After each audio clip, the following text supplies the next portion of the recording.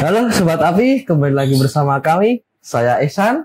Saya Resti. Di acara Ngopi, Ngobrolin Api.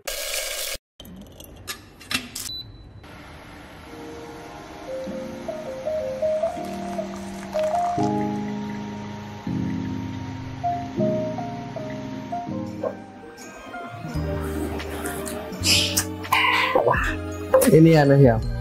Sudah lama kita tidak syuting segmen ini ya Nes ya. Bener. Udah lama banget ya, terakhir tuh kapan ya? Udah ada hampir setahun kali ya San ya. Terakhir tuh ngopi bahas kebakaran di hotel di Giri Trawangan. Sampai yang terakhir kita juga sempat ini ya, bahas berdua tentang NFPA itu loh. Tentang NFPA untuk hidran equipment kayak pilar, hidran box dan lain-lain ya. Iya betul. Nah kali ini nih San, sebenarnya kita sambil ngopi nih. Iya. Mungkin Sobat Api di rumah juga bisa disambil ngopi atau ngeteh. Iya, sambil santai lah. Apalah ya, minum nyantai lah ya. Oh ya Nes, ini karena kita ini ya Nes ya, sudah lama nih tidak masuk segmen ini. Nah nanti kira-kira sebagai temu kangen nih ibaratnya nih kan. Nah, kita mau bahas apa nih Nes? Jadi tuh sebenarnya gini Sarah. Ya. Aku tuh punya punya pertanyaan nih. Kenapa kok akhir-akhir ini juga banyak banget kebakaran yang terjadi di Indonesia nih? Gak cuma ada di Pulau Jawa aja, tapi juga di daerah-daerah lain nih. Yang memang sering banget ke blow up ke media, entah itu lewat sosmed, lewat media portal berita, ataupun lewat televisi nih San. Jadi banyak banget, entah itu yang paling banget aku ingat tuh yang kebakaran itu lahan parkir tuh yang paling itu yang mana itu Nes? Soalnya ini Nes, karena setelah saya juga sempat kayak di beranda media sosial saya keluar berita-berita seperti itu, dan sebagian besar berita yang saya temukan itu ini Nes, rawan terjadi kebakaran tuh di dekat area pemukiman Nes. Betul banget ya, baik itu pemukiman padat atau ya pemukiman yang biasa-biasa saja. Tapi faktanya nih San ya, sebenarnya memang di Indonesia itu kebanyakan ya untuk di area perkotaan memang letak bangunannya antara rumah satu dengan rumah lainnya itu memang cukup berdekatan Sam. Iya betul, apalagi ini di perkotaan ya Nes ya. Apalagi di perkotaan ya. Beda kalau misalkan di pedesaan ya, karena mereka lahannya gede-gede tuh. Kalau di perkotaan kan apalagi kayak sekarang banyak perumahan tuh, dinding sama dinding mepet. Ya apalagi yang pemukiman padat banget kayak misalkan di DKI itu kan cukup padat sekali ya. Betul. Nah, aku juga ada data nih San ya. Apa tuh Nes? Jadi sebenarnya coba aku buka dulu.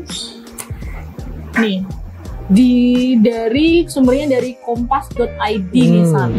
Jadi menurut Kompas dalam kurun waktu 1 tahun lebih dari 2.000 rumah di DKI Jakarta ludes di dalam api, sehingga sedikitnya 8.000 penduduk kehilangan tempat tinggal. Itu di DKI aja ya? Itu baru di DKI aja, dan sebagian besar itu dipicu oleh hubungan arus pendek atau korsleting. Nah, daerah paling rawan bencana kebakaran berada di wilayah Jakarta Barat di kalau artikel ini. Terus nih ya San ya, dalam kurun waktu 2018 sampai 2022 berarti 4 tahun lah ya, intensitas kebakaran di Jakarta rata-rata itu 1.500 kasus per tahun. 1.500 nih San. Bahkan pada 2019 jumlah kasusnya tembus lebih dari 2.000. Justru ini ya meningkat ya Nes ya? Iya meningkat, dan artinya nih dalam sehari terjadi 4-5 kali kejadian kebakaran. Luar biasa ya. Kita sih ini ya berharapnya tuh kejadian seperti itu dari tahun ke tahun tuh semakin turun ya Nes ya. Tapi kan jangan sampai ada nih ya San ya. Nah memang kalau misalkan bencana kebakaran itu tidak ada yang tahu ya Nes ya. Betul tidak ada yang tahu. Tapi kan ini ya tidak ada salahnya kita sebagai masyarakat, sebagai penghuni rumah ini ya, punya rumah masing-masing untuk lebih peduli nih Nes terhadap mengantisipasi kejadian-kejadian seperti itu, terutama kebakaran ini ya di area pemukiman ya. Karena gini Nes, kalau misalkan nih anggap saja rumah kita yang terbakar, tidak hanya rumah kita Nes yang mungkin nanti terbakar, bisa merembet kemana-mana gitu. Jadi kerugiannya bisa berantai. Iya berantai, apalagi ini ya kalau yang tadi sudah Nes jelaskan tuh pemukimannya dari tembok ke tembok tuh udah nambah rumah semua. Jadi kan apa ya, resiko untuk api menjalar tuh sangat mudah sekali, San. Ya, betul. Nah, aku juga ada video proses kebakaran nih. Kita itu kan kalau mungkin sobat api inget, kalau yang pernah ikut BFT atau mungkin sempat denger di luar untuk pelatihan kebakaran. Sebenarnya ini nih, aku mau buktiin kalau 3 menit itu memang bener-bener berharga pada kejadian kebakaran. Nih nanti aku coba kasih. Dan nanti mungkin ini ya, sobat api nanti akan ditampilkan video ya Nes ya. Ya, nanti kita sambil melihat bersama-sama. Nah ini Sang, ini video kebakarannya itu. Oke. Nah awalnya itu bersumber dari pojok ruangan nih ya. Ini mungkin ibaratnya ini ruang kerja nih di suatu rumah atau kantor. Ini kayaknya rumah deh nih sini. Jadi memang rumah kantor pribadi gitu ya. Maybe ya seperti itu. Dan di situ banyak perabotan ya, entah itu lemari kayu, kursi, meja, bahkan ada juga jas atau jaket. Ini kalau saya lihat ini kok ini ya bahannya udah terbakar semua ya Nes ya. Iya, dan memang kalau misalkan sobat api teliti juga nih di rumah-rumah sobat api, pastinya di dalam satu ruangan pasti selalu ada media yang material mudah terbakar, entah itu padat maupun cair gitu.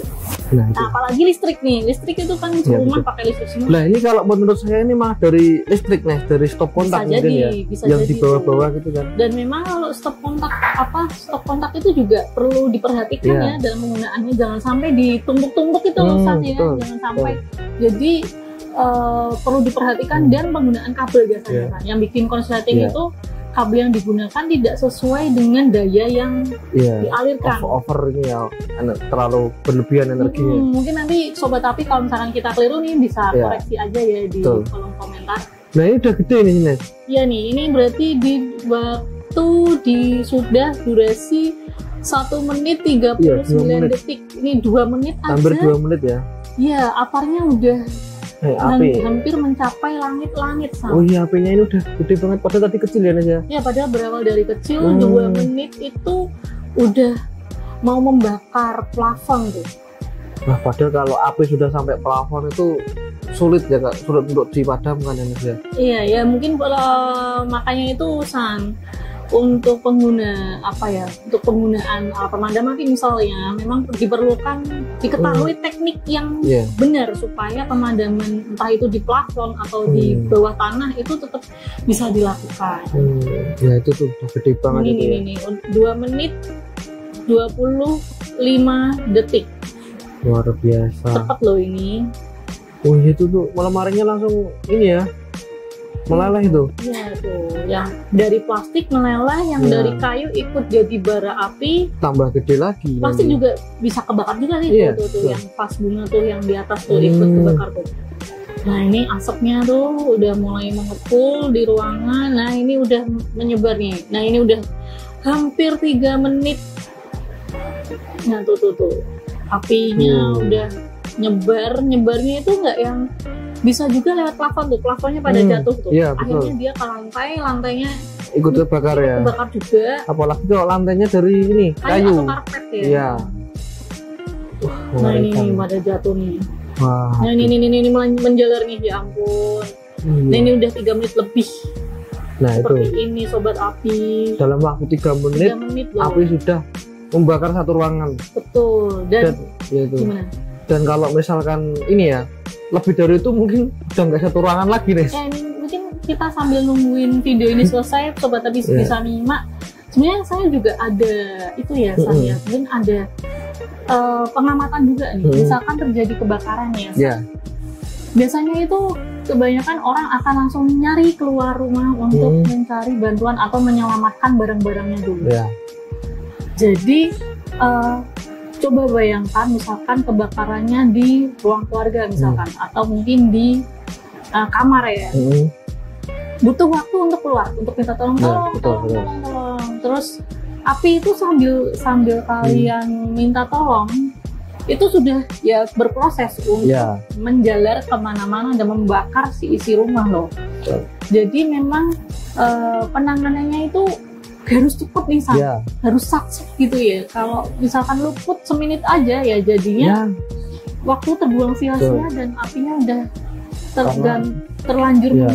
menjalar 1 kemana-mana. detik itu jadi waktu yang sangat berharga nih Betul. untuk situasi seperti ini ya. Iya, tiap detik itu sangat berharga banget. Ya, betul.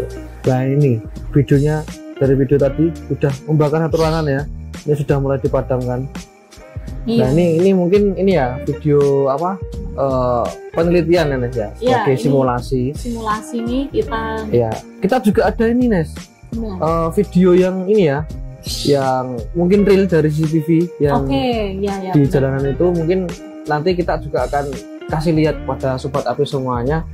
Jadi di kehidupan nyata pun seperti itu, meskipun ini view-nya mungkin nanti dari luar, tidak dari dalam, dan nanti mungkin sobat api bisa mendapatkan gambaran dari video yang akan kita tayangkan.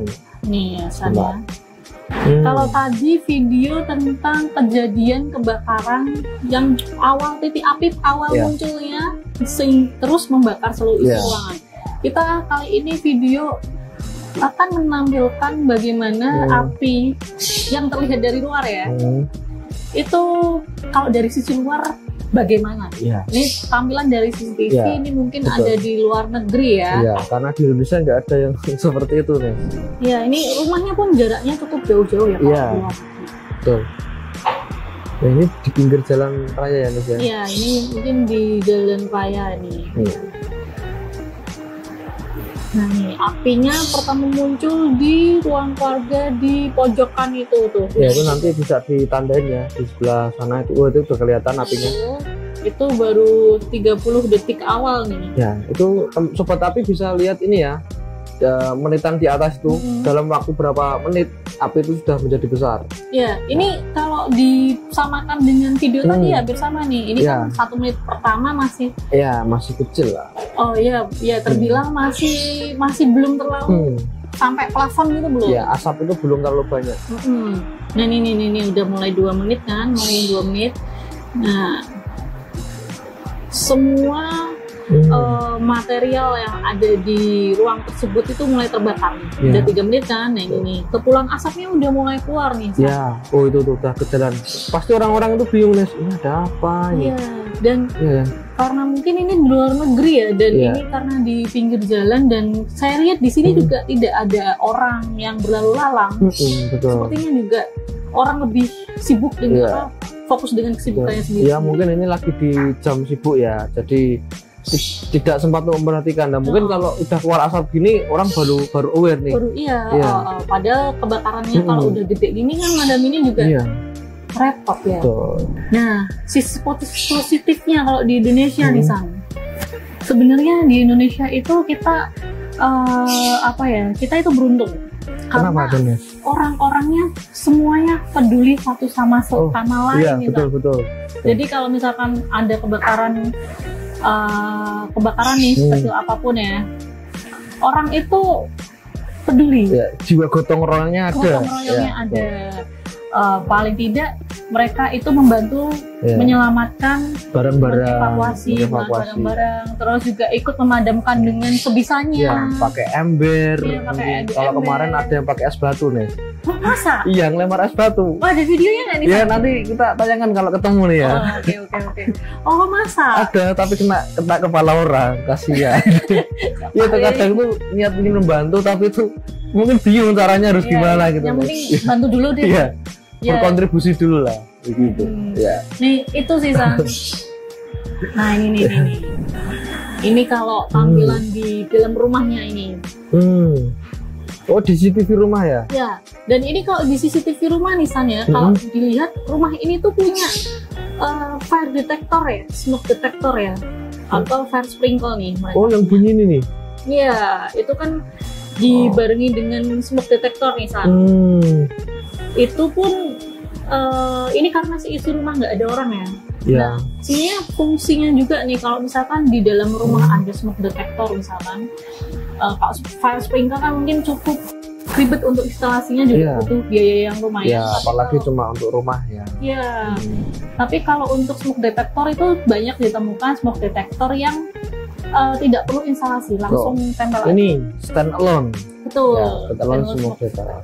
Nah, itu juga bisa bermanfaat tuh buat kalian yang di rumah atau punya bisnis UMKM misalkan, toko-toko gitu ya Nes ya. Iya, kantor yang memang belum ada pandangan untuk pasang instalasi yang besar, mungkin bisa pakai smoke detector ini untuk mendeteksi kebakaran dini. Setidaknya kita ini ya diberitahu ya Nes ya, kalau ada indikasi terjadinya kebakaran. Betul. Jadi kita bisa mengambil langkah-langkah yang harus diambil seperti entah itu evakuasi, menghubungi tim damkar atau melakukan pemadaman mandiri nih menggunakan alat pemadam api. Bener kan.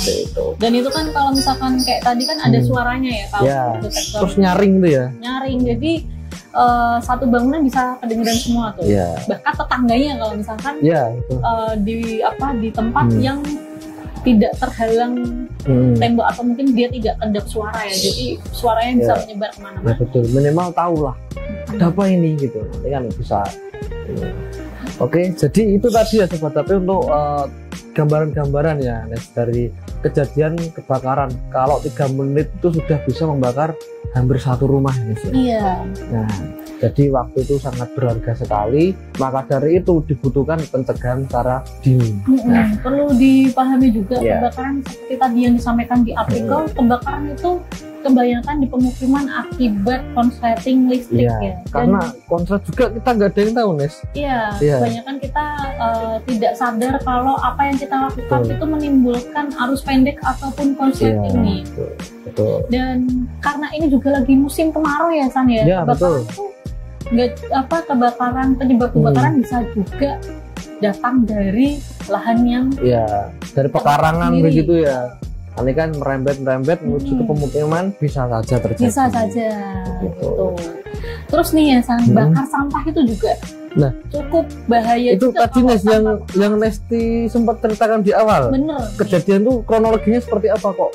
Sampah berawal dari pembakar sampah bisa membuat kebakaran di area parkir. Nah, mungkin Sobat HP juga penasaran ya. Nah, kita tonton bareng-bareng ya. Oke. Ini aku lebih ke punya artikel. Artikel. Oke, berarti kita akan ini mendengarkan Nesti untuk bercerita tentang kronologi. Jangan tidur ya Sobat. Ya mungkin nanti hanya ada gambar ilustrasi saja biar mempermanis. Buat Sobat Api yang ingat nih, pada bulan Agustus lalu sempat terjadi kebakaran di dekat Mall Gandaria City di Jakarta. Nah, jadi itu kebakarannya, itu fakta-faktanya. Yang pertama ini sumbernya dari kompas.com. Kebakaran diduga karena seorang bakar sampah. Padahal kalau kita bayangkan bakar sampah di area-area tertentu hal-hal yang lumrah saja nih, dan mungkin tidak ini ya terbayangkan kalau bakal menimbulkan kebakaran ya. Karena mungkin ada beberapa orang yang lihatnya dibakar aja lah daripada ini ya buang ke tong sampah, atau dibakar aja lah ini kan nanti jadi pupuk gitu. Cuman emang perlu diperhatikan lagi, jangan sampai asal bakar sampah, apalagi di pemukiman padat penduduk. Apalagi ditinggal nih, karena kalau ditinggal nih. Benar, jadi jadi pas bakar sampah ini itu tuh pembakar sampahnya tuh sempat nggak diketahui gitu, jadi ditinggal gitu. Apinya malah jadi liar tuh ya, jadinya membakar warung soto yang ada di situ dan motor-motor yang terparkir. Jadi itu pembakaran sampahnya itu di dekat area parkir motor juga, area parkir motor untuk ke Gandaria City itu. Jadi nih ya. Wah, kasihan ya. Iya, sebanyak 105 motor terbakar. 105 motor. Padahal di situ orang itu memang ini apa ya? Ini area apa tuh, Nes? Daerah situ tuh motor tuh ini mall, parkir mall. Betul, parkir mall. Kan berarti kan entah itu karyawan mall atau mungkin pengunjung mall. Coba Nesti ini, Nesti coba bayangkan, Nesti lagi belanja nih di mall. Mau pulang nih ngambil motor. Motornya udah mateng deh. Pasti sedih banget kan. Sedih banget dong. Nah, makanya itu. Terus gimana ya bayar cicilan? Sampai 115 loh. 105. Oh, 105. Ya kan lebih dari 100 kan banyak, Nes. Aduh. Saya kira cuma 2-3 motor. Tapi pun tahu 2-3 motor pun juga sangat disayangkan loh. Iya, makanya itu 100 lebih loh. Nah, jadi itu pemilik warungnya memang membuka penitipan motor di area belakang itu. Nah, jadi nih, ini ada artikel nih yang membahas tentang korbannya. Tangis korban kebakaran di Gandaria saat tahu motor di parkiran ikut terbakar. Nah, itu. Jadi nih salah satunya nih di sini ada korbannya bernama Noel 30 tahun mengaku kalau baru mengetahui kebakaran dari temannya yang hendak parkir ke warung tersebut. Gitu. Baru dia bergegas ke lokasi kebakaran tempat motornya diparkir itu sana. Berarti yang di dalam tidak ada yang tahu ya Nes ya? Nggak ada. Jadi dan ini pun ada yang baru tahu setelah dia lihat berita di IG. Loh. Ya, berarti kan? dia mungkin lagi bekerja nih. Iya lagi bekerja atau mungkin lagi ada kegiatan di dalam motor tersebut. Tapi dia pas scroll IG udah ada orang yang posting, motorku di sana kebakar. Waduh, pasti sedihnya bukan main itu. Ya itu ya sobat api. Jadi memang kita mau himbau juga nih buat sobat api di rumah untuk bakar sampahnya bisa diperhatikan ya. Ditungguin lah paling enggak ya. Kalau kiranya udah habis ya dipadamin. Iya. Jangan sampai tersisa bara yang. Kalau bisa mending juga jangan. Udah deh sampah dibuang ke TPA aja. Ya, kalau misalnya kadang kan ini nih, kalau orang di desa kan nyapu nih ada daun-daun kan dibakar biasanya. Nah, itu ya itu. Ditungguin lah sebenarnya. Itu juga bahaya juga kalau pas angin kencang. Ya, betul. Makanya itu kalau ditungguin kalau udah habis ya tempat pakai air. Iya kan? Bukannya waktu di hotel Gili Trawangan itu kayaknya juga gara-gara bakar sampah juga bukan sih? Bukan, kalau itu kalau yang di Gili itu kan belum diketahui tapi itu muncul dari satu pondok kan. Oh iya, dari satu pondok. Tapi kebetulan di sana kan jerami semua. Nah, itu loh maksudku tuh gini, kalau misalkan ada angin kenceng juga itu bahaya. Iya, merembet terus. Ke bawah angin. Karena bara-bara itu kan pasti berterbangan kan ya. Betul, dan itu bara itu awal dari titik api loh, bisa jadi loh. Betul. Nah, ini Nes. Tadi kita sudah bahas ini ya. Tentang contoh-contoh lah, ibaratnya contoh kejadian dan juga contoh simulasi tadi untuk kebakaran di dalam rumah. Nah, mungkin menarik kalau misalkan kita juga di sini membahas tentang mitigasi nih Nes.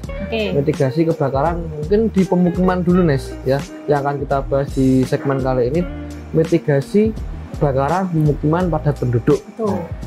Jadi gini San. Yaitu tadi kita sempat ceritakan kalau memang pemukiman di Indonesia itu rata-rata memang karena kita penduduknya padat, pemukimannya juga padat. Jadi jarak antar rumah tuh bahkan nggak ada gitu. Jalannya pun gangnya kecil-kecil kan. Sama ini Nes, fun fact ya. Ada yang satu rumah itu berisi beberapa keluarga Nes. Jadi cukup ramai gitu ya. Maksudnya ramai juga dari orangnya, padat ininya rumah-rumahnya. Kan justru kalau ini ya sangat membahayakan sekali kalau misal itu terjadi kan. Banyak jiwa yang banyak jiwa. Tinggal di satu rumah. Dan itu bisa dikalikan berapa rumah di situ. Jadi ketika terjadi kebakaran ya sangat disayangkan ya, apalagi kalau sampai jatuh korban gitu ya.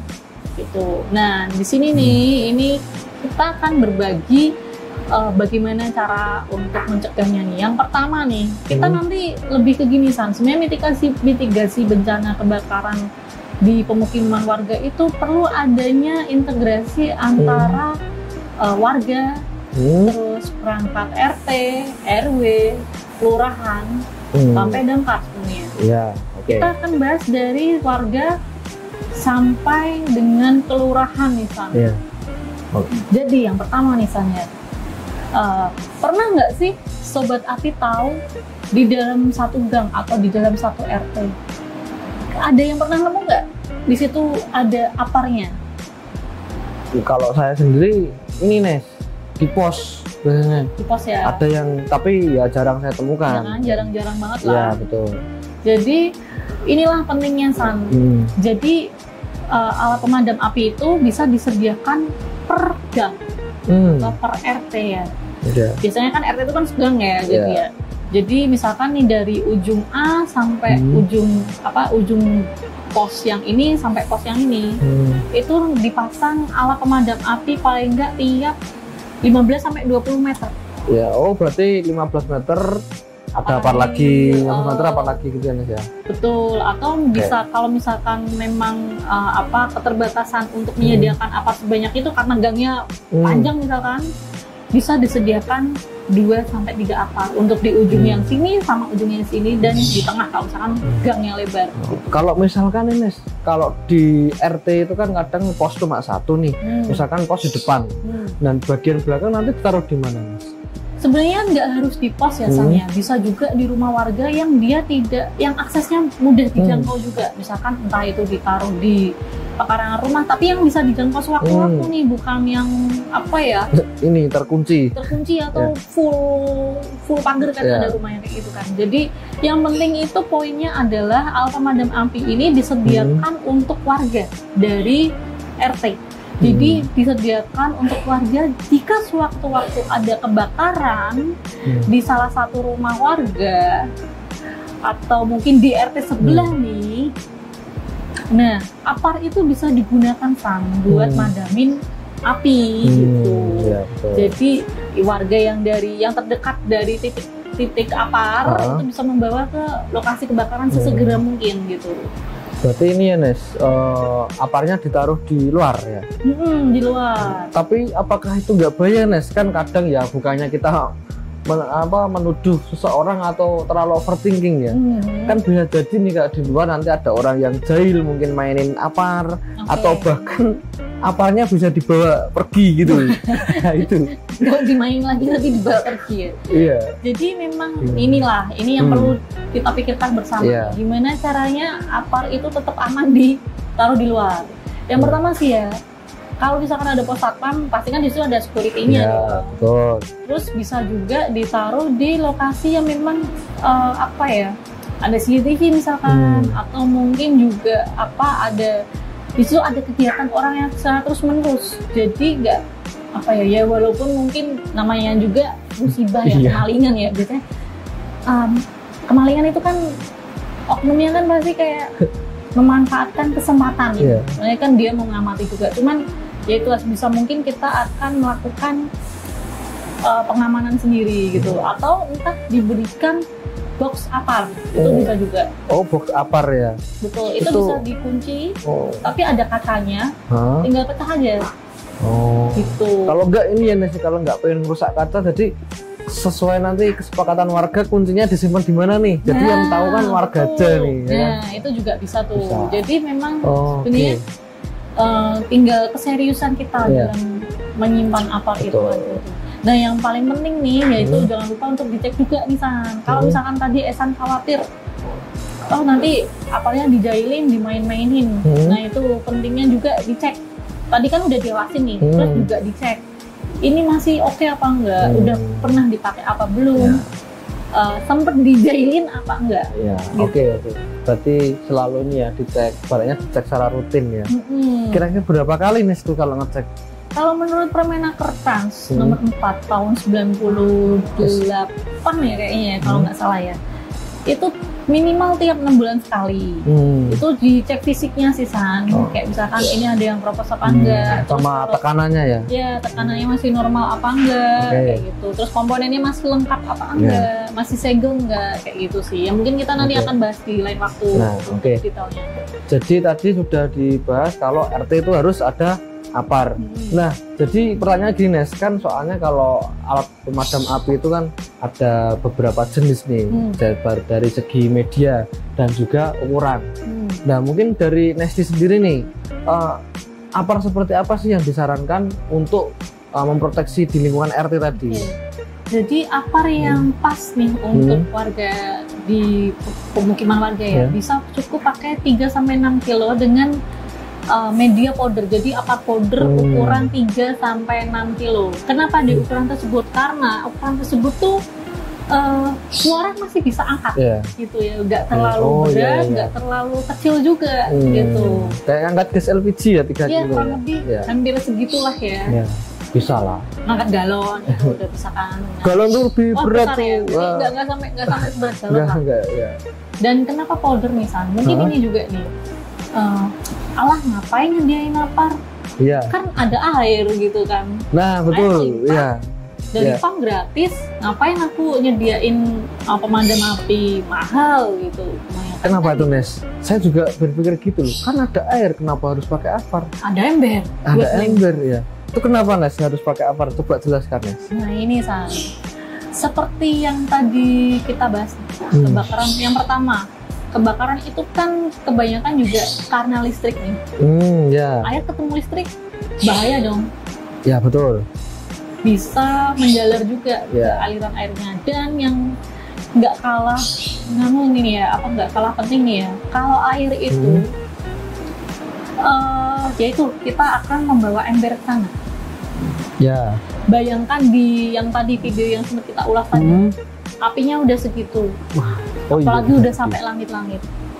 Kira-kira madaminnya gimana kalau pakai ember? Susah tuh Nes. Gini, Malah kayak orang mandi nih. malah jadi mandi. Iya. Ayo, gimana coba? Apa pakai selang taman? Iya kalau selangnya panjang, kalau enggak. Dan itu cuma, taman tuh kan airnya kecil kayak ya mungkin yang disemprot gini kan, pernah nggak sih ya nyuci di mobil ini atau motor? dicepit gitu. Ya gitu gini. Biar kenceng tapi kan kecil tuh Nes. Iya makanya itu kira-kira gimana? Kayaknya kurang efektif. Ya kan? Justru malah itu tuh selangnya nanti malah ini meleleh Nes karena terlalu dekat dengan api mungkin ya. Nah, kalau itu mungkin perlu dibuktikan ya San ya. Iya. Cuman Iya. itu ya San ya, yang perlu diperhatikan juga dari sisi keamanan pemakaiannya. Kira-kira ya itu, kalau misalkan tadi kan kita akan ambil contoh kebakaran yang masih di dalam tahap 2-3 menit itu, Iya. sebesar itu kan. Itu kalau misalkan Esa mendekat ke sana bawa ember, kira-kira jarak berapa Esan harus melemparkan air supaya nyampe ke titik api? Seembernya apa gitu? Apa gimana tuh? Kalau seembernya ini sama aja nggak berimpak sama sekali. Kalaupun saya lempar airnya 1 meter nih, Apa seorangnya nih? ya, nanti saya jadi korban malah repot. Iya. Jadi, Jahat ya. jadi gini ya, bener banget itu. Ya. Salah satu mungkin kekurangan dari menggunakan memadamkan api menggunakan air di ember. Itu salah satu sisi kekurangannya, yaitu segi keselamatannya. Dia harus menjangkau jarak terdekat dengan api, yang mana itu beresiko terkena jilatan api. Iya betul. Ya kan, bahaya dong di situ. Apalagi kalau misalkan kebakaran itu tuh kan juga mengeluarkan gas misalnya. Iya.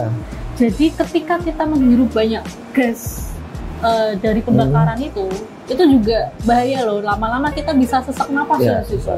Apalagi biasanya ketika melempar ember itu kan kita buru-buru. Yang pertama buru-buru, kedua itu kita jadi ikutan stres. Ya, betul. Ya. Terus juga kita jadi mungkin di situ kekurangan pasokan oksigen. Jadi kita jadi susah bernafasan, yang akhirnya bisa bikin kita lemes, Ya. pingsan, Betul. gitu. Jadinya malah tidak baik untuk keselamatan orang yang ikut membantu juga. Nah, kalau pakai apar sana, ini bukannya promosi nih ya, tapi memang ini faktanya nih Sobat Api. Apar itu punya jarak semprot yang aman. Jadi jarak semprot aman penggunaan apar itu kan 3-5 meter nih kan. Cukup jauh untuk jilatan api. Dan itu kalau misalkan sampai plafon tuh masih bisa kan? Bisa. Karena apar itu kan dalamnya kan ada gas tekanannya. Ya, sebagai pendorong media itu ya Nes. Betul. Jadi apar itu kan isinya, misalkan kalau apar powder itu isinya bubuk kering nih. Ya. Dan di situ ada gas nitrogennya, yang mana ketika disemprot, apa sih itu? pengen masuk kamar. Ketika disemprot itu tuh powdernya akan didorong oleh tekanan tersebut. Ya, jadi ketika disemprotkan itu, dia kan punya tekanan yang tinggi tuh. Jadi dia pancarannya kan jauh. Gitu. Jadi lebih aman juga dan lebih efektif misalnya. Dan powder itu juga bisa digunakan untuk segala jenis kebakaran. Apa aja tuh Nes? Jadi kan kalau di rumah warga, di pemukiman ya, itu kan misalkan banyak lah kita ditemuin kayak kayu, itu termasuk kelas A, yaitu material padat mudah terbakar, kayu, plastik, kain, Terus apa lagi ya? Daun kering itu juga termasuknya kelas A.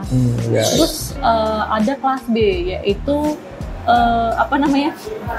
Oh, Zat cair mudah terbakar. oh nggak minyak gitu ya? Minyak atau Bensin. mungkin bensin tuh biasanya kan banyak tuh. Terus sekarang warga yang jualan Pertamini. Iya.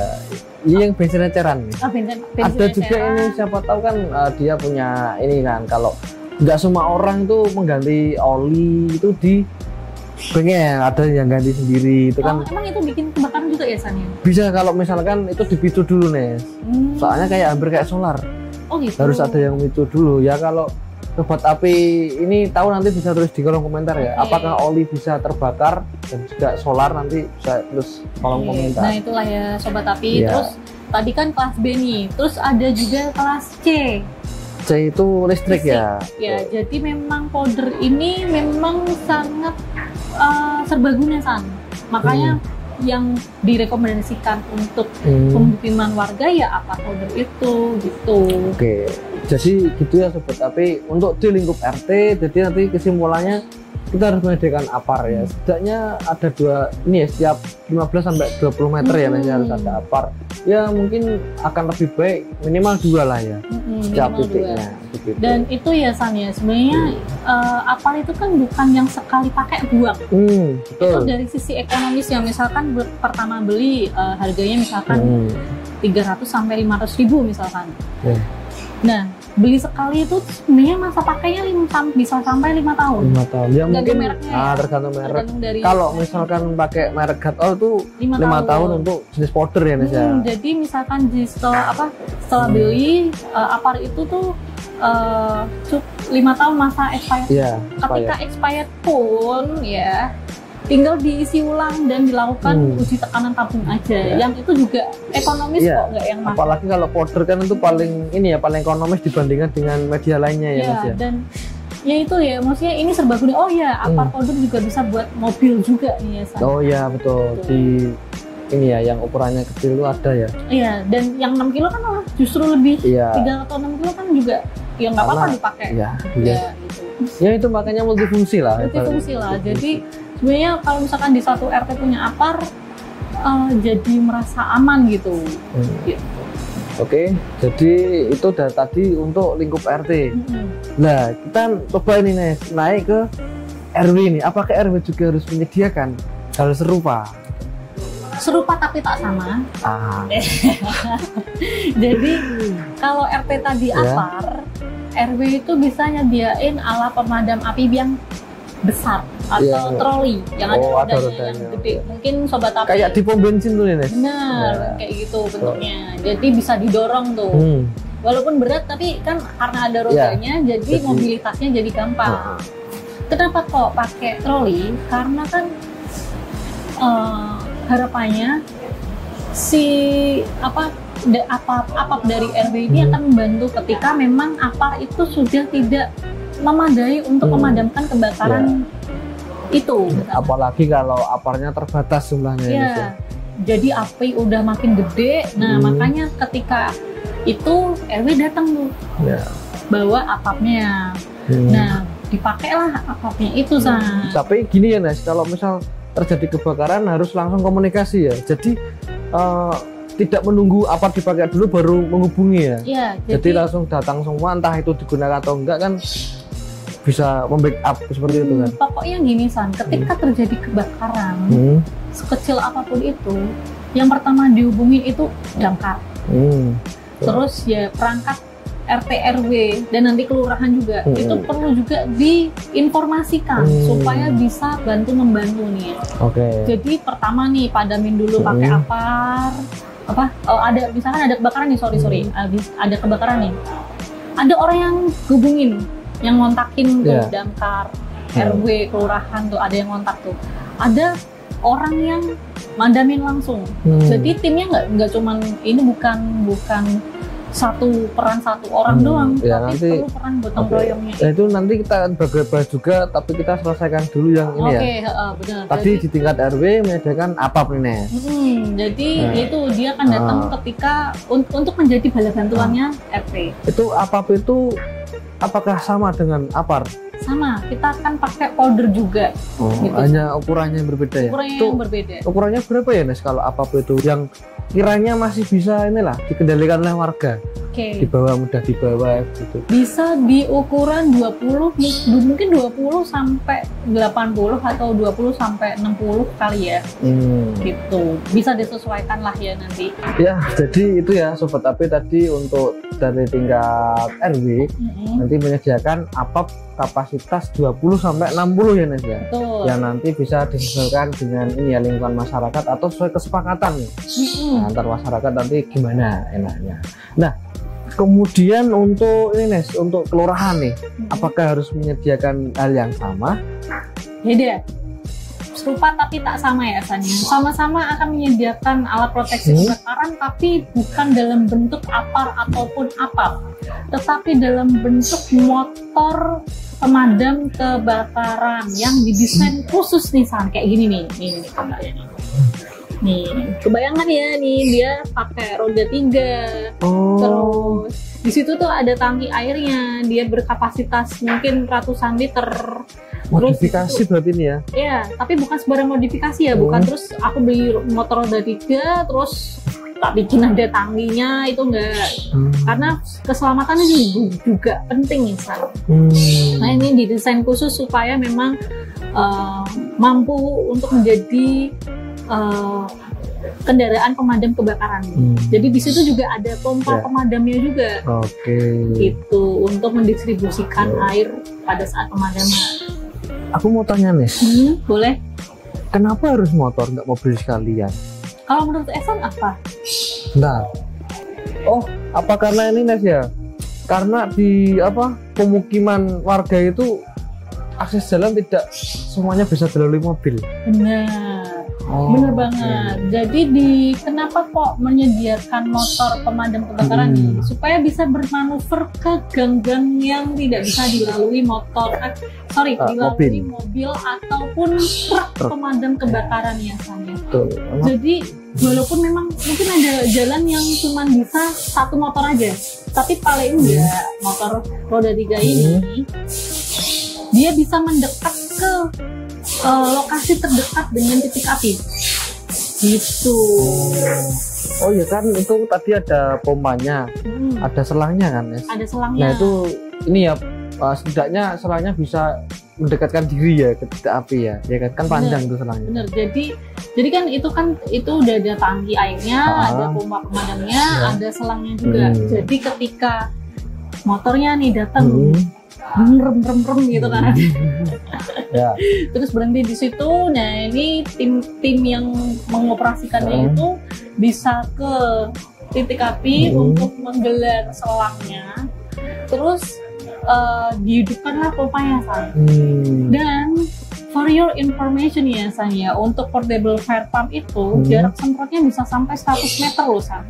Jauh ya Nes ya. Dan selang pemadam itu rata-rata punya panjang 30 meter. Gitu. Jadi dari motor pemadam ke titik api kurang lebih jaraknya mungkin bisa sampai 30 meter nih, cukup jauh lah ya San. Jadi cukup sangat capable banget buat menjangkau titik api. Sama aku tuh mau tanya Nes. Tadi kan sempat kita bahas tentang air nih Nes. Kan yang awal tuh kan bahas kalau lebih efektif pakai apar nih daripada pakai air. Betul. Nah ini kok malah pakai air yang dari kelurahan, itu gimana Nes? Jadi bukannya lebih efektif pakai powder ataupun pakai air, tapi pakai powder itu kan dia media pemadam apinya lebih serbaguna biasa. Dan tadi pakai apar karena jarak semprotnya yang aman. Dan kalau pakai air yang ini, air dari motor pemadam ini pasti jaraknya aman dibanding pakai ember tadi. Karena jaraknya ya. Betul. Dan dari itu ya San ya, kalau misalkan pun takut konslet, itu biasanya kalau misalkan udah kebakaran gitu, listrik pasti padam.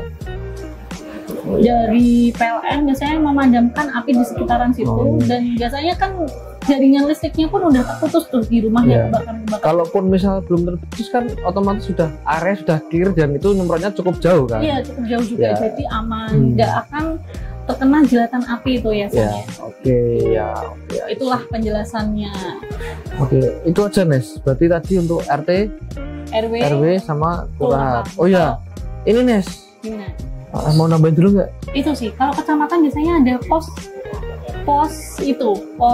pemadam kebakaran. Oh, dari pemerintah ya. Betul, Ya. damkarnya itu. Unit berarti. Betul. Apa sebenarnya? Unit posnya. Jadi kalau misalkan di dalam damkar itu kan ada pos induknya. Biasanya itu kan dinasnya. Ya. Dan di beberapa kecamatan tuh ada apa ya, kayak ibaratnya cabang lah ya. Itu pos-posnya itu per kecamatan tuh ada, dan itu memang ada armada kebakarannya. Jadi misalkan kalau di Jakarta dari pos misalkan Senen misalkan. Kecamatan nggak ya? Gambir ya, itu kecamatannya apa sih? Saya lupa. Pokoknya di kecamatan tuh ada sendiri nanti. Gitu. Ya, meskipun tidak semua, tapi ini ya rata-rata emang seperti itu gitu ya. Itu paling enggak kan ada 1 sampai 2 ya kalau misalkan di mobil. Daerah yang memang tidak banyak damkarnya gitu. Ya, oke. Punya armada.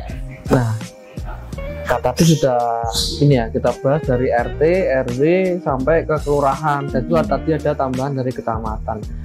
Ini Nes, kita sudah bahas tentang apa yang harus disediakan Nes. Tapi ini Nes, kayaknya ada yang kurang. Apa nih? Apakah fire brigade itu penting untuk dapat mengoperasikan alat-alat yang ada, yang sudah tersedia? Betul. Penting banget, Sam. Ini yang nggak kalah penting ya. Selain menyediakan alat proteksi kebakaran, kita juga perlu melatih tim-tim yang ada supaya kompeten ketika menangani kebakaran nih. Bukan orang sembarang orang ya. Nanti kalau sembarang orang taknya kayak kejadian itu. Sempet denger nggak sih mobil damkar, damkarnya datang mau nanganin, warga niatnya bantu, tapi jadi tidak terorganisir. Oh, ini ya jalannya penuh akses lewat untuk satu jalan akses terus jadi direbut biasanya soalnya. Oh ya, itu rata-rata itu terjadi sih. Betul, itu yang tidak terorganisir dengan baik. Dan rata-rata ini warga yang merebut itu belum tahu tekanannya sebesar apa, justru malah membahayakan kan? Iya. Jadi harapannya pun ketika ada pembentukan fire brigade atau pemberian edukasi terkait penanganan kebakaran nantinya, semoga ini dari pemerintah dinas maupun jajaran yang berwenang bisa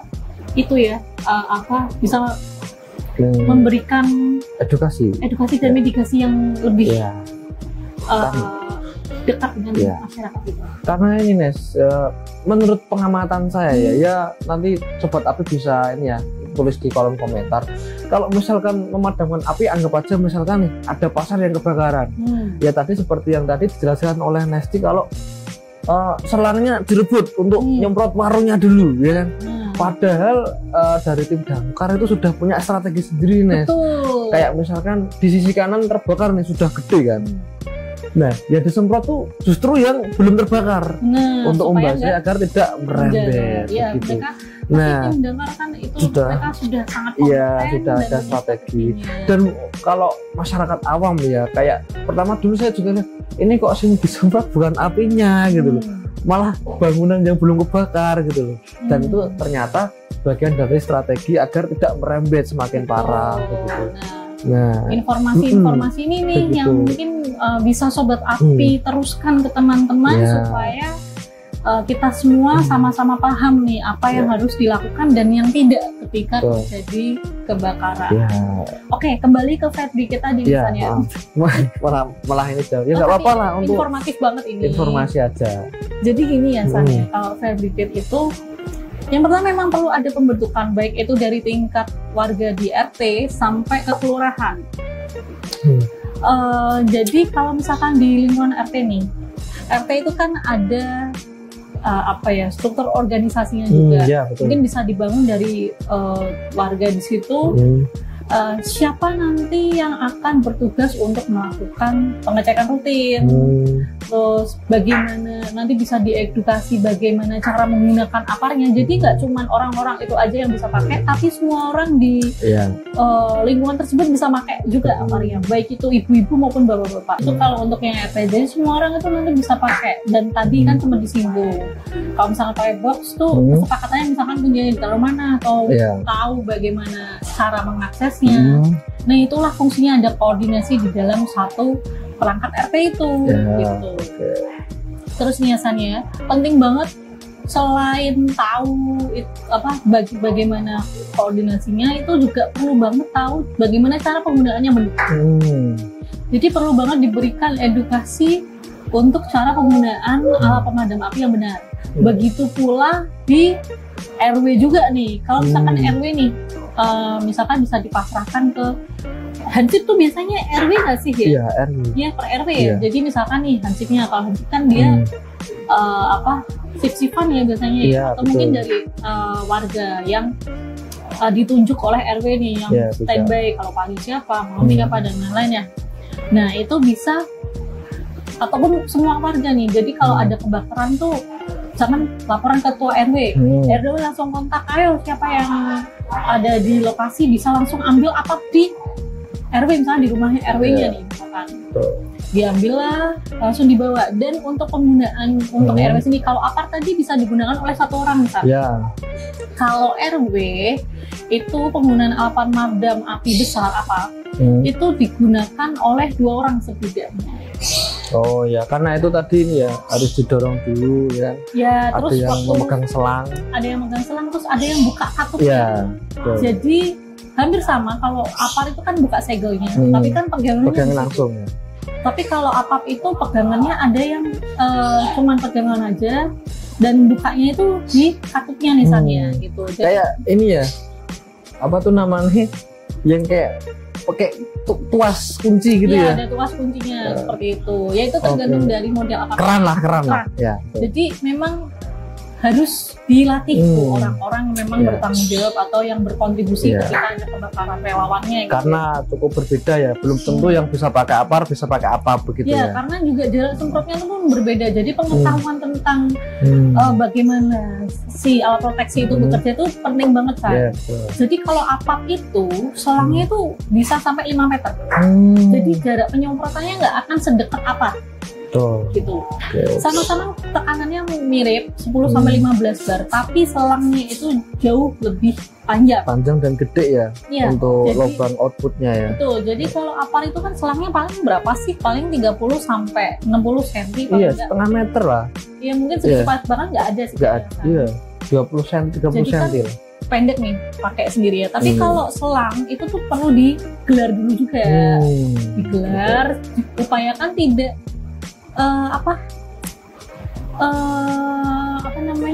nggak terikat sih ya, karena itu kan soalnya terbuat dari karet, tapi setidaknya tergelar gitu bahasanya, tergelar dengan baik lah ya.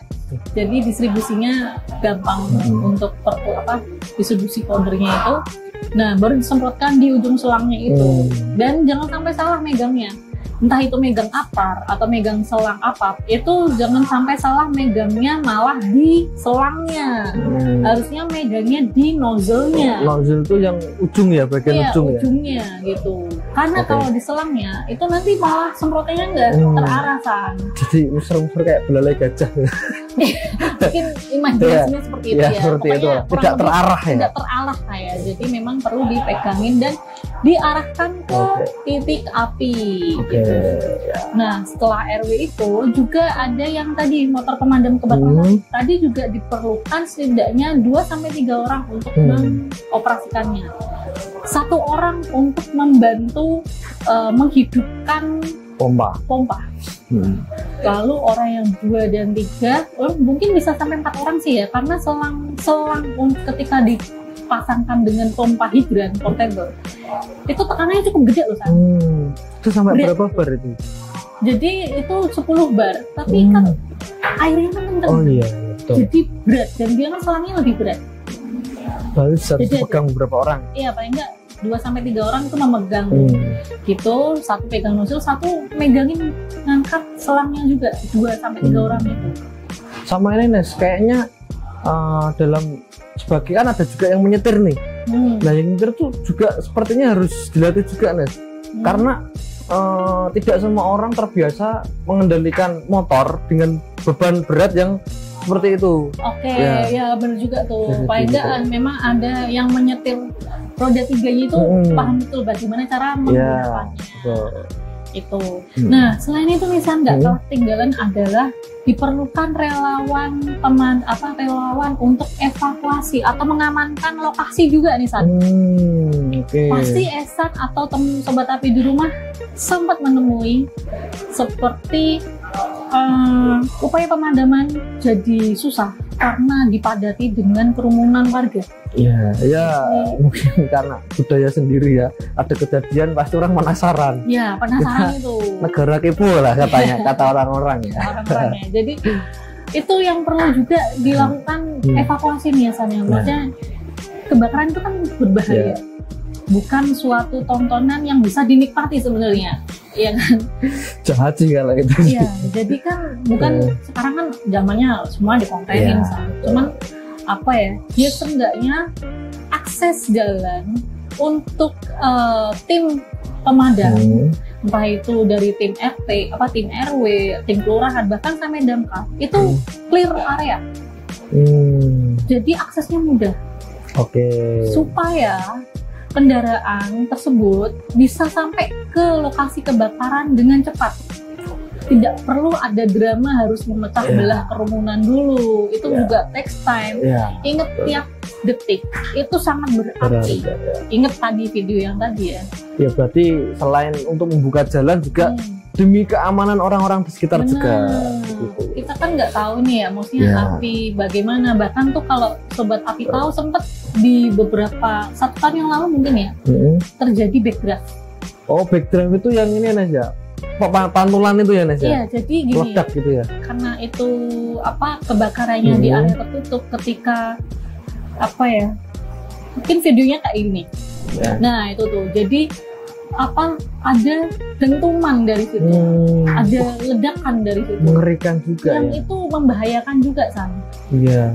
Gitu. Terus kalau gitu nanti yang disalahkan siapa Nes? Kalau padahal dia yang mendekat sendiri, terus ada kejadian yang tak terduga seperti itu. Iya betul. Malah jatuhnya kan malah jadi tambah runyam biasanya. Menambah korban juga. Iya, jadi memang perlu diperhatikan lokasi di sekitar area kebakaran itu sebaiknya itu clear area. Yang tidak berkepentingan bisa untuk menyingkir terlebih dahulu. Mungkin kalau masih penasaran ya melihat dari jarak yang aman, dari jauh gitu, nggak yang terlalu dekat, karena supaya tim yang bertugas bisa leluasa bermanuver di situ. Betul. Gitu. Oke, jadi gitu ya sobat api ya. Jadi berikanlah ruang kepada siapa saja yang ingin memadamkan api, entah itu dari tadi fire brigade dari RT, RW, kelurahan atau bahkan tim damkar ya. Karena memang dari fenomena yang sejak dulu ya, banyak tim damkar yang disalahkan karena telat. Ya karena faktor itu selain di kerumunan dekat juga di jalanan juga. Karena kita kan ini bahasnya yang di lingkungan warga ya. Jadi kita yang bahas untuk sterilisasi tempat terjadi kebakaran dari kerumunan agar bisa masuk dengan mudah, dengan tepat, dan api bisa dipadamkan tepat waktu sebelum menyebar kemana-mana. Seperti itu ya. Sebenarnya juga ini cara mitigasi ini juga kan tadi kan yang kita sampaikan itu kan awal ketika terjadi kebakaran teleponlah damkar dan sambil kita memadamkan sendiri dengan apar dan dengan motor pemadam kebakaran. Manfaatnya juga nih, jadi ketika kita telepon damkar itu kan juga perlu waktu untuk dapat OTW ya. OTW. Dalam waktu OTW itu kan paling nggak butuh 5-15 menit. Nah, ingat sekali lagi, tiap detik atau tiap menit itu sangat berarti. Ya. Kalau misalkan pemadaman yang nggak efektif, ya apinya tetap menjalar gitu loh. Seenggaknya kalau kita menggunakan metode pemadaman yang benar, apinya itu teredam. Gitu. Syukur-syukur malah padam sebelum damkar datang. Nggak akan marah kok. Justru malah senang, maksudnya masyarakat bisa ikut andil dalam pemadaman api seperti itu dengan cara yang benar. Ini yang perlu diperhatikan ya sobat api. Nah, mungkin ada tambahan lagi Nes. Oh ya Nisan, mungkin terkait dengan kebakaran Gandaria City nih, saya sebenarnya tuh cukup prihatin ya, maksudnya karena sebenarnya kan itu tidak sengaja nih asalnya. Niatnya cuma bakar sampah tapi jadi berapi. Nah, sebenarnya loh sobat api, mungkin banyak sobat api juga yang mungkin sudah tahu ya. Jadi ada loh peraturan yang memang mengatur tentang pembakaran sampah gitu. Jadi Ternyata ada sanksinya. peraturan. Iya, itu biasanya di Perda ya kalau nggak salah ya. Ini Peraturan daerah ya. Ya, ini Om ada di Undang-Undang Larangan Membakar Sampah Sembarangan nih. Di UU nomor 18 tahun 2008 tentang pengolahan sampah. Itu menyebutkan setiap orang dilarang membakar sampah yang tidak sesuai dengan persyaratan teknis pengolahan sampah. Undang-undang ini menegaskan setiap orang berkewajiban mengelola sampah rumah tangga dengan cara yang berwawasan lingkungan. Ketentuan mengenai larangan pembakaran sampah ini diatur pembakaran sampah sembarangan ini diatur lebih lanjut pada peraturan daerah masing-masing. Jadi sebenarnya juga mungkin perlu diperhatikan juga yaitu bakar sampah sembarangan, terus tidak memperhatikan lingkungan sekitar karena kadang juga asapnya itu juga cukup membuat polusi udara ya Sam ya. Kalau kita ini deh nggak usah bahas polusi dulu, kita bahas inilah. Kalau misalkan kadang kan Nesti ya sering lihat di beberapa daerah ada orang yang bakar mungkin di depan rumah tapi kebetulan di dekat jalan raya menutupi jalan kan itu juga membahayakan. Itu Sam yang aku jadi memorable banget tuh waktu itu bakar gambut ya. Bukan gambut deh, apa itu? Gabah ya? Apa sih? Itu loh padi itu loh di dekat jalan tol. Yang sempat rame dulu ya. Iya, sempat kejadian yang memilukan juga tuh, kejadian rame karena ada asap pembakaran dari gabah itu, asapnya menutupi jalan tol sehingga terjadi kecelakaan beruntun di situ. Jalan tol itu kan lajunya kencang-kencang semua ya. Iya, yang kan dari kelalaian atau ketidaksengajaan. Yang mungkin bagi sebagian orang itu hal yang sudah biasa dilakukan, tetapi ketika tidak terjadi musibah gitu ya, berujung kepada musibah gitu loh San. Maksudnya hitungannya ini ya merugikan orang lain. Ya, jadi merugikan orang lain. Ya, karena kita juga tidak tahu arah angin itu kemana kan. Betul. Ya kebetulan aja itu mengarah ke tol, jadi ya menutupi tol menyebabkan kecelakaan. Iya. Dan ini Nesti pernah lihat nggak yang bakar-bakar yang nggak di sawah jerami-jerami? Dia menutupi jalan. Ada pemotor tuh lewat, kebetulan dia lagi pakai HP, mungkin dia mau merekam ini loh, jalannya ketutup. Waktu masuk dalam asal tuh ketemu sapi atau kerbau ya, terus dia nabrak kerbaunya itu kan, ya gimana? Siapa tahu kayak gitu. Ya itu kejadian yang mungkin kalau kita lihat tuh lucu, konyol gitu. Tapi itu tetap bahaya itu membahayakan. Bahaya loh, ketabrak sapi itu ya. Aduh sakit itu. Apalagi amit-amit ya, misalkan ada orang yang nyebrang atau nabrak pengendara lain, itu kan juga sangat membahayakan. Jadi perlu diperhatikan lagi kepedulian sobat api. Ya kayak ini ya, terutama dari peraturan daerah seperti ini kan banyak orang yang mungkin antara belum tahu atau memang nggak ada yang ngasih tahu Nes. Nah maka dari itu di video-video kita yang seperti ini ya, kita coba memberi nih data-data apa yang sudah ada dan harus kita ikuti, apa yang harus kita hindari demi keamanan bersama. Betul. Seperti itu. Oke deh sobat api, mungkin kopinya udah mulai habis nih Sam. Ini nggak ada yang ngajak kopi ya, ini padahal masih pengen ngobrol. Ini saya masih dikit. Oke, kita minum dulu ya. Sama Nes, terakhir Nes sebelum ditutup, karena dari pengadaan terutama dari pembahasan pengadaan apar dan juga tadi alat pemadam api yang berbentuk motor, itu pasti nanti ada ya sobat api atau pro kontra. Loh, kita harus keluar modal banyak.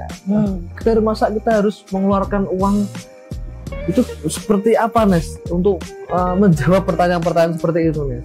Ya itu ya, tadi kan kita sempat ulas ya sebenarnya harga pemadam api itu tuh sebenarnya seperti kita punya satpam misalnya.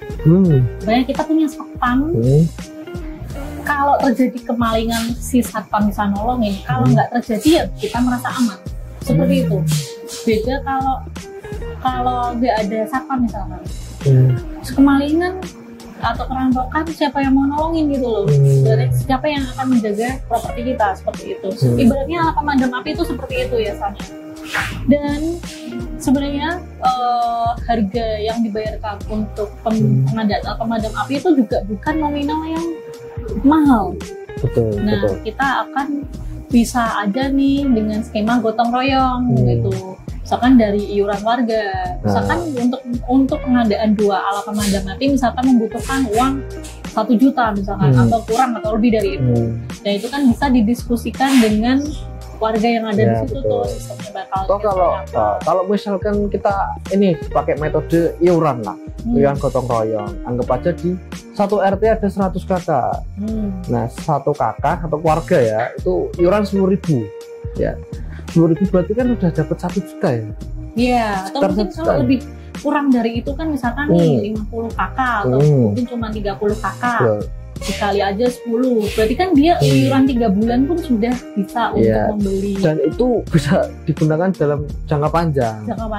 Ya, seperti yang dijelaskan oleh Nasti tadi juga, itu APAR itu bisa dipakai lagi meskipun sudah pernah dipakai, ya enggak? Iya, betul. Hanya melakukan isi ulang, dan isi ulang pun biayanya cukup ekonomis ya, Nes ya. Iya, isi ulang itu untuk powder ya Sobat Api, ini FBI aja kisaran di harga 30 ribuan loh San ya. Itu per kilo? 30 ribuan, 30 sampai mungkin ada yang 50 ribu ya. Sekitar kita ambil aja yang paling murah lah. 30 ribu per kilo dikali misalkan pakai tabung yang 3 kilo misalkan. Berarti Sobat Api cuman mengeluarkan uang kurang lebih 100 ribu tiap 5 tahun untuk yang garansi atau masa expirednya 5 tahun ya.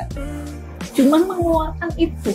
Itu untuk ini ya, mengganti yang baru ya. Berarti iurannya berapa coba untuk biaya maintenance tiap 5 tahun itu? Berarti 100 ribu bagi 5 aja kalau 20 ribu. Kalau gini gimana Mas? Kan kalau tiap RT pasti punya struktur organisasi. Di situ kan ada kas RT lah, kas RT. Ya meskipun nggak banyak, untuk biaya review mungkin ya tidak menjadi beban kan seperti masih itu. Cukup lah saya rasa masih bisa dialokasikan. Ya, semua tergantung dengan koordinasi nanti enaknya gimana seperti itu. Ya inilah daripada ya amit-amit ya, kalau daripada terjadi kebakaran membakar rumah, mending kita menyediakan alat yang harganya juga tidak sebesar kerugian yang akan ditimbulkan. Apalagi di pemukiman warga itu kan ada orang-orang yang kita sayangi, ada rumah yang kita bangun dengan jerih payah seumur hidup, seperti itu. Itu ya Sobat Api, kurang lebih pembahasan ngopi kita kali ini. Ya, jadi Sobat Api yang mungkin ada pertanyaan tentang pembahasan kita kali ini tentang mitigasi kebakaran di pemukiman padat, bisa komen di bawah. Ada pertanyaan apa saja yang mau ditanya, nanti kita akan jawab. Atau mungkin Sobat Api ada yang mau menambahkan juga boleh. Atau ini nih, ada ide nggak mau bahas apa di next ngopi? Karena ini kita berusaha untuk merutinkan lagi acara-acara seperti ini ya. Kita ngobrol-ngobrol santai ngobrol-ngobrol santai ya, mungkin ya kita berharap bisa bermanfaat untuk para Sobat Api di luar sana ya. Pokoknya Sobat Api kalau ada kritik, saran atau masukan bisa langsung kirimkan ke kolom komentar aja gitu ya. Oke. Jangan lupa buat subscribe channel YouTube Garol buat tahu update-update dari kita, dan jangan lupa untuk like video ini dan share ke teman-teman Sobat Api biar masyarakat Indonesia tahu bagaimana cara mitigasi kebakaran yang baik dan benar. Jangan lupa aktifkan lonceng notifikasi. Nah, biar selalu dapat update. Ya, karena kita juga ya pasti rutin ya kalau kita sharing-sharing video edukasi ya. Siapa tahu nanti kita ada kesempatan buat ngajak sharing Sobat Api untuk join sama kita. Ya. Oh, ini Nes. Sedikit ngobrol tentang tadi pelatihan apa tuh alat pemadam api. Kadang kan bingung, aduh harus belajar di mana, saya sibuk, saya nggak ada waktu untuk praktek, nggak ada yang ngajarin ya, nggak ada yang ngajarin. Loh, sekarang itu untuk kita dapat belajar itu tidak harus datang ke lokasi langsung Mas ya, tidak harus tidak harus repot-repot menyisihkan waktu yang begitu lama berpanas-panasan ya kan. Ya memang kalau praktek itu rasanya lebih mantep. Cuma kalau misalkan kita ada halangan tidak bisa mengikuti atau mungkin tidak ada yang melatih, ya belajar secara digital juga tidak ada salahnya gitu. Gimana Nis? Basic Fire Training season 5 ya? Kayak 5 deh. 6 apa 5? Nantilah. Ya, itu jadi itu di season selanjutnya ya. Bagi sobat api yang belum tahu, Guard itu selalu mengadakan acara Basic Fire Training ya, pelatihan ini ya, pelatihan basic tentang alat madam api setiap tahun. Jadi 1 tahun sekali dan gratis dapat sertifikat. Nanti juga berhadiah. Hadiahnya sih kita pasti ada hadiah alat pemadam api. Siapa tahu bisa buat di RT-mu nih. Nanti ini ya, sobat api bisa ikutin terus. Makanya jangan lupa subscribe, follow juga media sosial Gatpal ya. Boleh cek di deskripsi ya. Oke, nanti bisa dicek di deskripsi. Oke. Mungkin ada tambah lagi nih. Oke. Stay safe ya sobat api, jangan lupa untuk selalu jaga keselamatan diri, keluarga, dan lingkungan dari bahaya kebakaran. Lebih baik mencegah daripada mengobati. Oke, mungkin segitu ya. Ada tambahan nggak ada ya? Nggak ada. Langsung kita tutup. Terima kasih kepada sobat api yang sudah mengikuti video ini sampai selesai. Jangan lupa like, komen, dan subscribe, dan bagikan ke rekan-rekan sobat api semuanya supaya rekan sobat api bisa mendapatkan ilmu yang berharga seperti yang sobat api dapatkan di sini. Oke, terima kasih. Saya Ihsan. Saya Nesti. Pamit undur diri. God all, God for all.